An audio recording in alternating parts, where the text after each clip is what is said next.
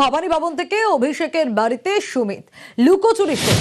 CID হাজিরা দেন গতকাল অভিষেকের পিএ সুমিত রায়। আর ভবানী ভবনে সুমিত রায়কে টানা 10 ঘন্টা লাগাতার জিজ্ঞাসাবাদ। কি কারণে হাজিরা ছিল? শালবনী জমি দুর্নীতি মামলায় সুমিতের সিআইডি হাজিরা। রক্ষা কবচ নিয়ে অবশেষে সুমিত তার লুকোচুরি শেষ করে। তার আগের দিন রক্ষা কবচ পায় সিআইডি আধিকারিকরা। রাত্রেবেলা বাড়িতে পৌঁছন সুমিত রায়ের। তারপর পরের দিন সকাল 9:54 অর্থাৎ গতকাল ঠিক 9:54 নাগাদ 10টা বাজতে 6 মিনিট বাকি সুমিত রায় ভবানী ভবন গিয়ে পৌঁছন। আগামীকাল অভিষেকের পিএকে আবারও তলব করবে সিআইডি।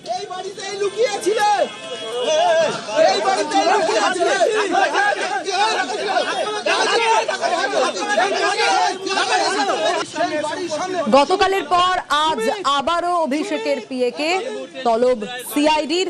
গতকাল আমরা দেখেছিলাম ঠিক সকাল 9:54 সুমিত রায় পৌঁছে গিয়েছিলেন ভবানী ভবন। আজ দেখার কখন তিনি পৌঁছন, কারণ আজ আবারও তলব করা হয়েছে সুমিত রায়কে।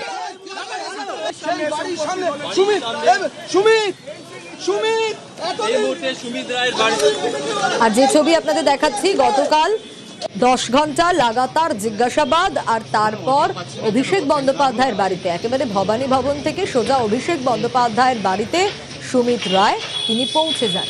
লুকোচুরিটা চলছিল বেশ মাসখানেক ধরেই। বারবার অভিষেক বন্দ্যোপাধ্যায়ের বাড়িতে কখনো গেছেন সিআইডি আধিকারিকরা, কখনো তদন্তকারীরা সুমিত রায়ের বাড়িতে গিয়েছেন, খোঁজ করেছেন, কিন্তু কোনোভাবেই সুমিত রায় ধরা দেননি।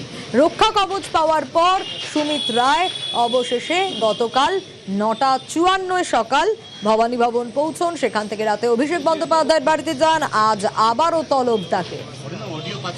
কি কি অভিযোগ?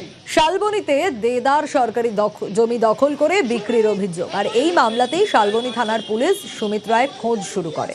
13ই জুন সুমিতের খোঁজে কালীঘাটে অভিষেকের বাড়িতেও পৌঁছেছিল শালবনী থানার পুলিশ। আর আজ ভবানী ভবনে সিআইডির ম্যারাথন জিজ্ঞাসাবাদ নিশ্চয়ই হবে। গতকালও ম্যারাথন জিজ্ঞাসাবাদের পর অভিষেক বন্দ্যোপাধ্যায়ের বাড়িতে যায় তার পিএ সুমিত রায়। সুমিত রায়কে জিজ্ঞাসাবাদ করলেই উপরের কানেকশন সামনে আসবে। তোপ বিরোধী দলনেতা ঋতব্রত বন্দ্যোপাধ্যায়।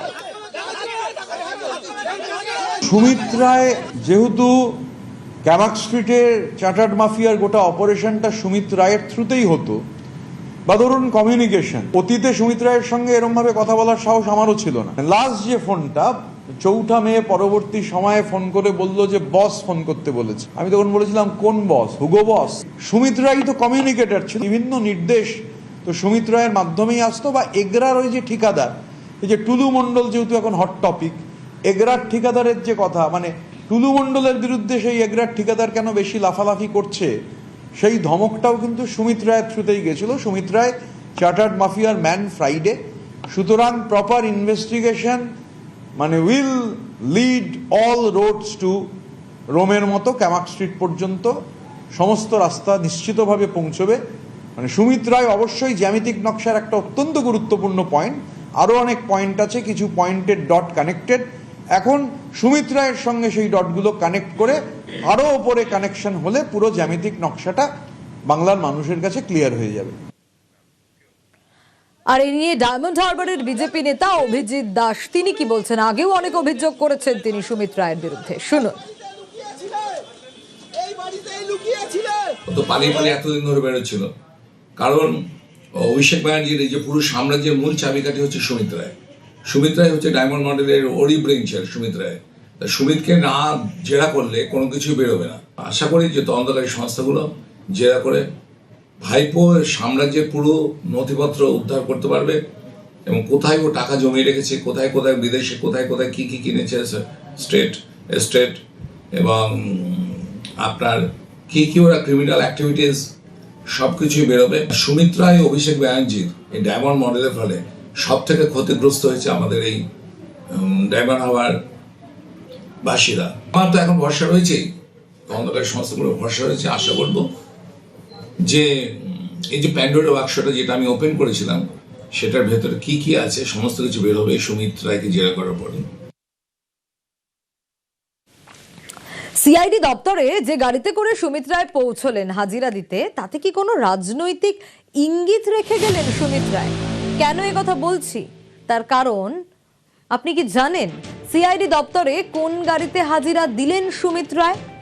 সুমিতের গাড়ির রেজিস্ট্রেশন কালীঘাটের ঠিকানায়, 30B হরিশ চ্যাটার্জি স্ট্রিটের ঠিকানায় গাড়ির রেজিস্ট্রেশন। এই ঠিকানায় মমতা বন্দ্যোপাধ্যায়ের বাড়ি, একই ঠিকানায় তৃণমূলের সর্বভারতীয় কার্যালয়। সুমিতের গাড়ি ব্যবহারে তাহলে কিসের ইঙ্গিত? টিএমসির সঙ্গে ঘনিষ্ঠতা বোঝাতেই দলের গাড়ি ব্যবহার সুমিতের, নাকি মমতার লোক বোঝাতেই দলের গাড়িতে সুমিত?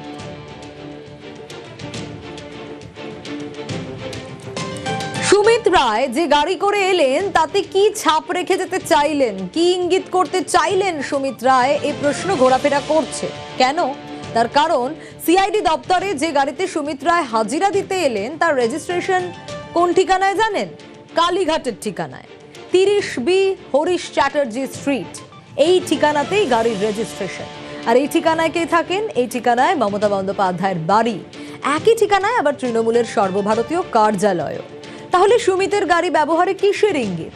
তৃণমূলের সঙ্গে ঘনিষ্ঠতা বোঝাতেই দলের গাড়ি ব্যবহার সুমিতের, নাকি মমতার লোক বোঝাতেই দলের গাড়িতে সুমিত?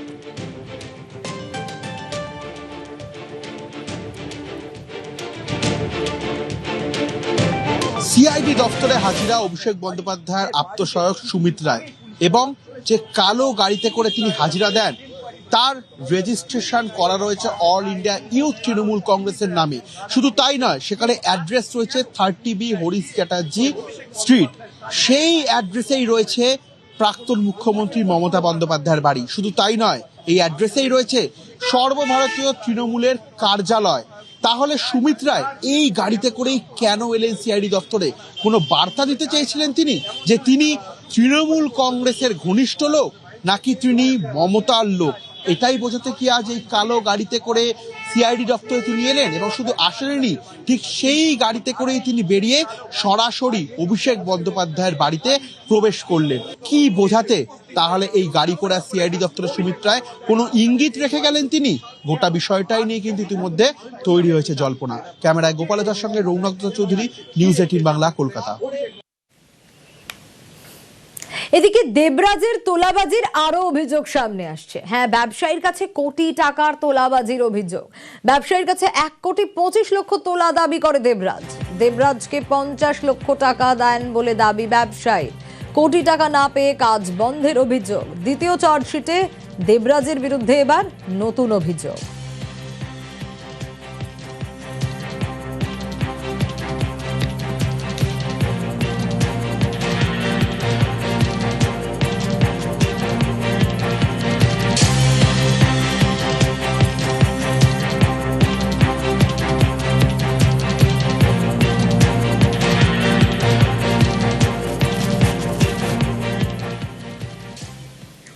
দেশের ঐক্য অখণ্ডতা বজায় রাখতে যারা প্রাণ বাজি রেখেছেন এমন 330 জন আরএসএস সদস্যকে সম্মান জানাবে রাজ্য সরকার।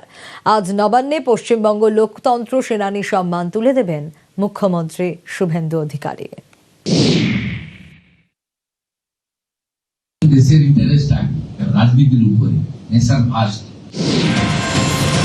ফোঁটা ফোঁটা অশ্রু, রক্ত, ঘাম, মাইল মাইল অভিমান আর ভালোবাসার নাম স্বদেশ, স্বাধীনতা, ভারতবর্ষ। সবার আগে দেশ, দেশের সেবায় আরএসএস, শতবর্ষে রাষ্ট্রীয় স্বয়ংসেবক সংঘ।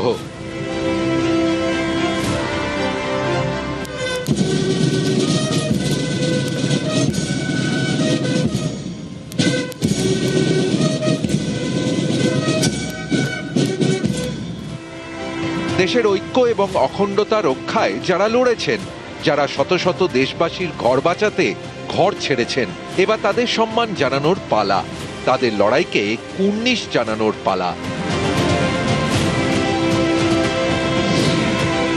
রবিবার নবান্নে পশ্চিমবঙ্গ লোকতন্ত্র সেনানী সম্মান প্রদান অনুষ্ঠান। আরএসএস এর 330 জন প্রবীণ সদস্যকে সম্মান রাজ্য সরকারের।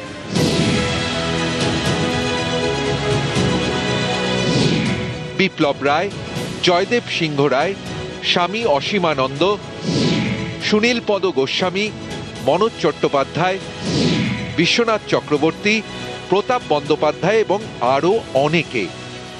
কেউ দেশে জরুরি অবস্থা চলাকালীন জেল খেটেছেন, কেউ লড়াই করেছেন ধর্মান্তরণের বিরুদ্ধে। সময়ের গায়ে খোদাই করা তাদের সংগ্রামের ইতিহাস। প্রীতিশ বন্দ্যোপাধ্যায়, নিউজ 18 বাংলা। কংগ্রেসের পার্টি অফিস পুনরুদ্ধারে অধীর রঞ্জন চৌধুরী। নওদার আমতলায় দলীয় কার্যালয়ে প্রাক্তন সাংসদ পৌঁছে যান। দেখুন সেই সময়কার ছবি দেখাচ্ছি আপনাদের। পার্টি অফিস ফিরে পেতে অবস্থান বিক্ষোভে বসেন অধীর।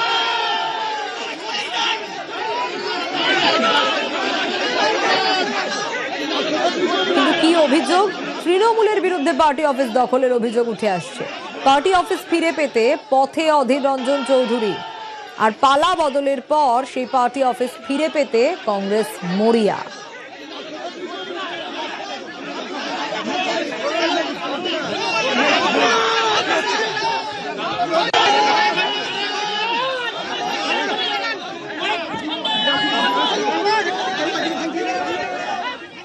তৃণমূলের এখনকার যিনি নেতা বিজেপি থেকে গেছেন এনসিপির নাম দিয়ে আবু তাহের খান সাহেব, সম্ভবত তাদের কথা তারা ফেলতে পারছেন না, তাই তারা এখানে বাধা দিচ্ছেন।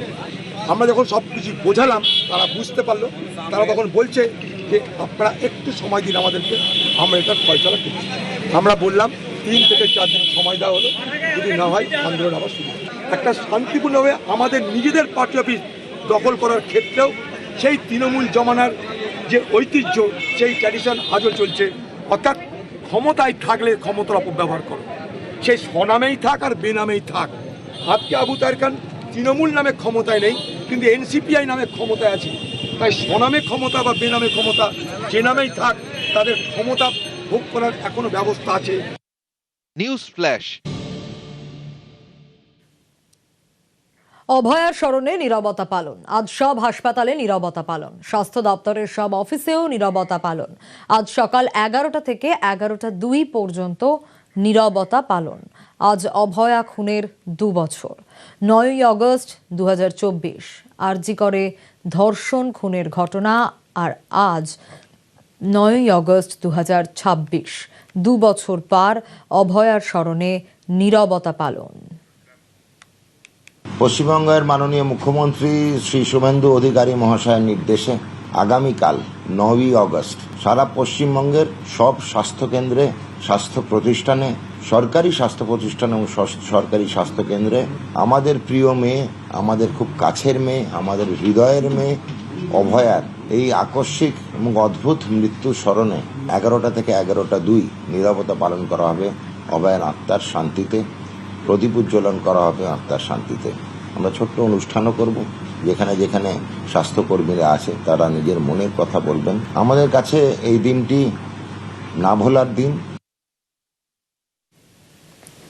একই দিন, একই হাসপাতাল, আরজি কর নিখোঁজ হয়ে যান 2 রোগী। খোঁজ মিলল একজনের, একজন এখনো বেপাত্তা।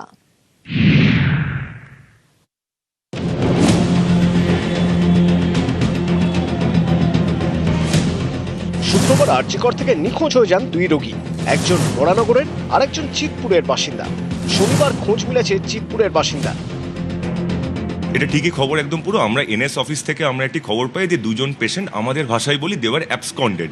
ইন দ্য মিন টাইম যেটুকু খবর পাওয়া যায় 2 জন পেশেন্টেরই ডিসচার্জ প্রবাবলি লেখা হয়েছিল, কারণ আমি পুরো ব্যাপারটা এনএস ম্যামকে ইনভেস্টিগেট করে জানাতে বলেছি। উত্তর 24 পরগনার বরানগরের বাসিন্দা বিমল ঘোষ হার্টের রোগী। বৃহস্পতিবার ভর্তি হন আরজি করে।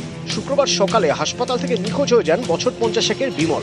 পরিবারের দাবি, শুক্রবার হাসপাতালের বেডে গিয়ে তারা রোগীর দেখা পাননি। হাসপাতালের তরফে তখন জানানো হয় রোগীকে পরীক্ষার জন্য নিয়ে যাওয়া হয়েছে।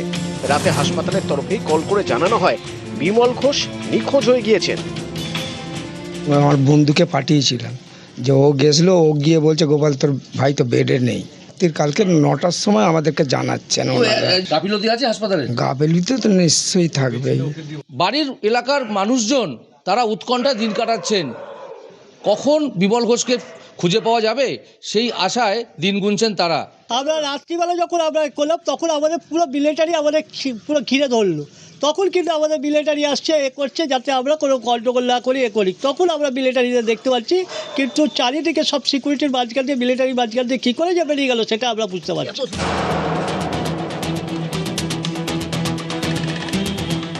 চিতপুরের বাসিন্দা দীপান্বিতা রায় আঙুল ভেঙে যাওয়ায় বৃহস্পতিবার ভর্তি হন আরজি করে। শুক্রবার হাসপাতাল থেকে নিখোঁজ হয়ে যান দীপান্বিতা।